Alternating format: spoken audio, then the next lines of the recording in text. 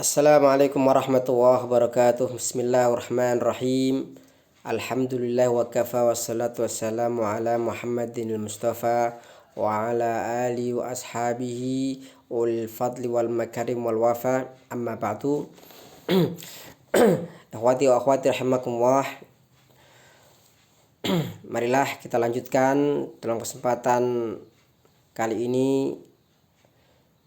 kajian tafsir tematik untuk edisi yang ketiga. Insya Allah kita akan membahas tentang tema akhtarun nifaq atau bahaya dari kemunafikan. Kalau kita mengamati macam-macam manusia, dilihat dari bagaimana keimanannya kepada Allah Subhanahu wa taala, maka pertama adalah orang-orang yang beriman. Yang kedua, orang-orang yang mereka kafir. Dan yang ketiga, orang-orang yang munafik. Orang yang beriman, mereka senantiasa beriman dan berharap kepada Allah. Orang-orang kafir, mereka tidak percaya kepada Allah, tidak percaya pada hari kebangkitan. Sementara orang munafik, mereka orang-orang yang senantiasa mengklaim beriman. Kalau mereka bertemu dengan orang yang beriman, mereka mengaku amanna billahi wa bil yaumil akhir. Kami beriman kepada Allah dan hari akhir.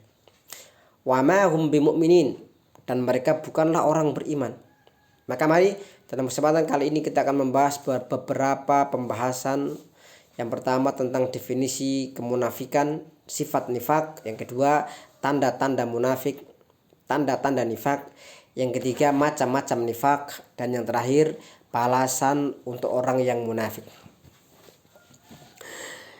An-nifaq atau al-munafik, seorang yang munafik adalah orang yang secara terang-terangan dia menyatakan beriman, padahal dalam hatinya menyimpan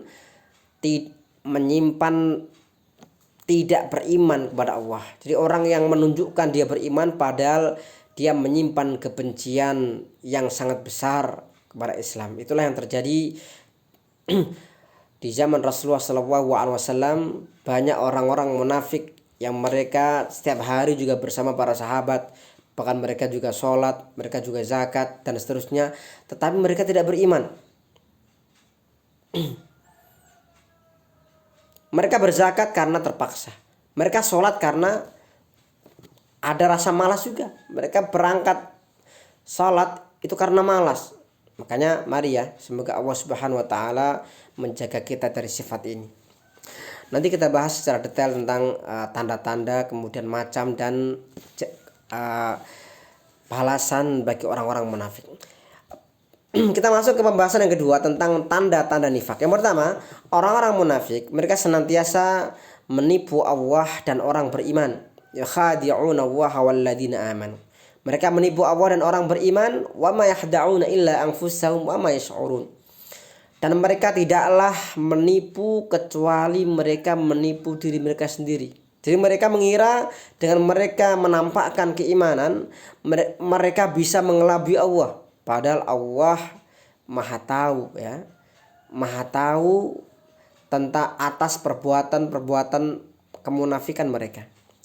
Yang kedua, di antara tanda-tanda nifak adalah orang-orang munafik mereka bermalas-malasan ketika salat. Mereka bermalas-malasan untuk melakukan salat. Wa idza qamu ila salati qamu kusala.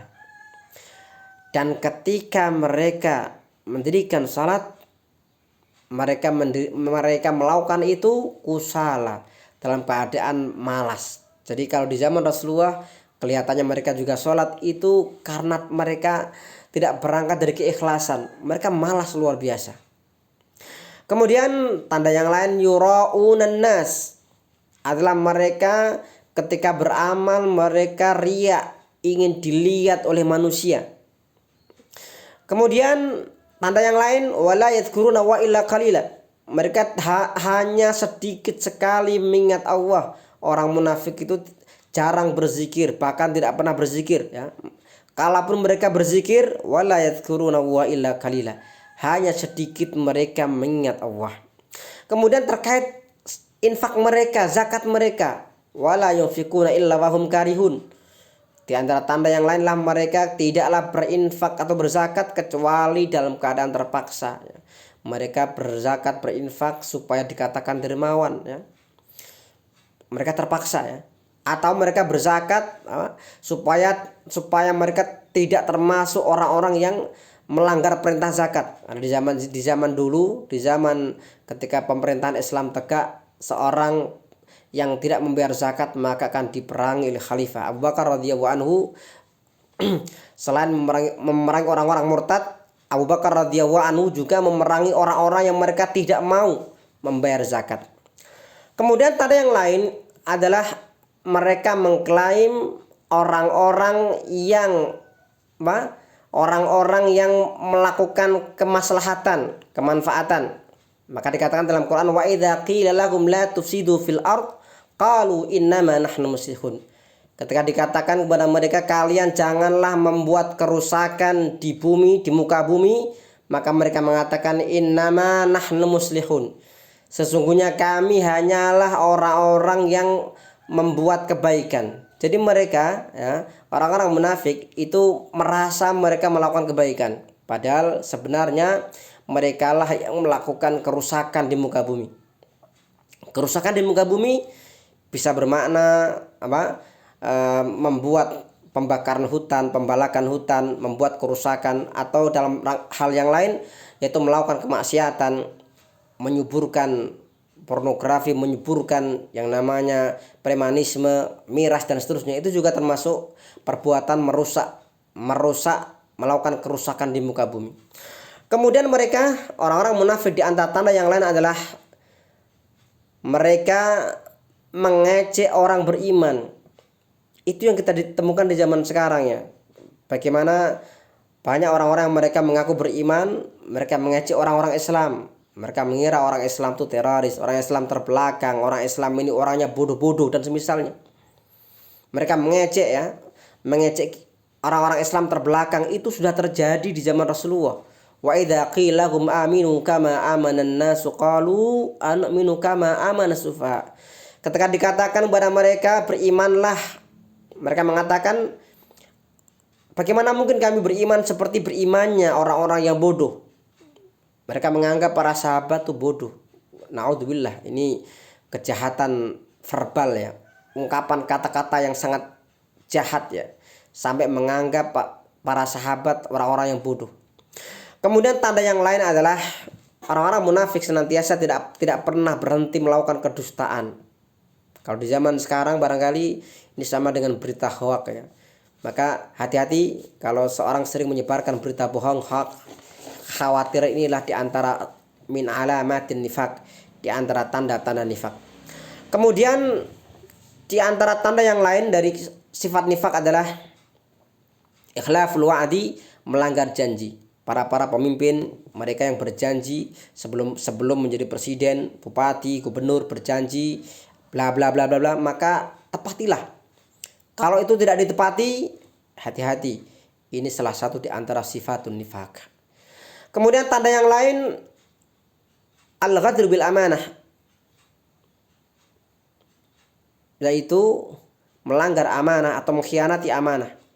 Orang diberikan amanah, entah itu seorang pejabat, orang tua punya amanah keluarga, pejabat punya amanah rakyat, kemudian juga kepala sekolah punya amanah para siswa yang di bawah naungannya, seorang rektor punya amanah semua mahasiswa-mahasiswi, semua adalah amanah. Tidak boleh seorang kemudian mengkhianati amanah. Kenapa? Karena mengkhianati amanah ini bagian salah satu di antara min alamatin nifaq. Semoga Allah Subhanahu wa taala melindungi kita dari bahaya sifat kemunafikan. Kemudian macam-macam munafik. Seorang munafik terbagi dua. Pertama adalah sifat nifaq, itu ada nifaqun amali, nifaq munafik secara amal. Jadi perbuatannya seperti munafik. Dia muslim, sering melanggar janji, sering berdusta, sering menyebar berita hoak. Hati-hati, ya. Yang kedua adalah nifaq i'tiqadi, nifaq secara i'tikad, akidah. Seorang yang memang perbuatannya munafik, kemudian juga punya keyakinan hatinya memang tidak beriman kepada Allah dan hari akhir. Dan bedanya antara pertama yang kedua, yang pertama tadi nifak secara amal tidak sampai mengekalkan seorang di dalam neraka. Kalaupun dia masuk neraka, nanti melihat bagaimana dosanya. Jika Allah menghendaki, maka dia akan diangkat dari neraka, dimasukkan ke surga. Tapi kalau nifak i'tiqadi, ini lebih ganas lagi. Seorang yang secara akidah munafik, maka dia akan diceburkan ke dalam neraka yang paling bawah. Baik, kita masuk ke pembahasan terakhir mengenai balasan kepada orang-orang yang munafik. Yang pertama, memang secara prinsip bahwa ketika seorang mengatakan aslamna, kami beriman, maka dia mendapatkan hak-hak, ya, mendapatkan hak untuk diperlakukan seperti seorang muslim. Kalau dia seorang apa? Kalau dia seorang misalnya dalam keluarga, ya, dalam keluarga ada keluarga yang meninggal, dia bisa menerima warisan. Ketika dia mati juga bisa dikuburkan di pemakaman muslim, karena dia mengatakan aslamna. Tetapi prinsipnya bahwa Allah Subhanahu wa taala di zaman Rasulullah SAW itu memberikan penjelasan, wala tusalli ala ahadim minhum mata abada. Wahai Muhammad, kamu janganlah mensolati mereka selamanya. Wala takum ala qabri, dan jangan engkau mendoakan mereka. Kenapa demikian? Karena di zaman Rasulullah SAW, Allah telah memberitahu kepada Rasulullah siapa di antara orang yang hidup di zaman beliau yang mereka munafik. Dan Rasul punya yang namanya sirru Rasulullah, seorang intelijen atau seorang yang menyimpan rahasia Rasulullah, yaitu tentang catatan siapa-siapa yang munafik, yaitu sahabat Hudzaifah bin Yaman. Sahabat Hudzaifah bin Yaman ini itu mendapatkan bocoran tentang siapa-siapa yang munafik. Sehingga para sahabat saat itu mereka punya rumus. Ada yang meninggal di Madinah, kalau Hudzaifah berangkat, mereka berangkat. Kalau Hudzaifah nggak berangkat, mereka berkesimpulan jangan-jangan munafik ini.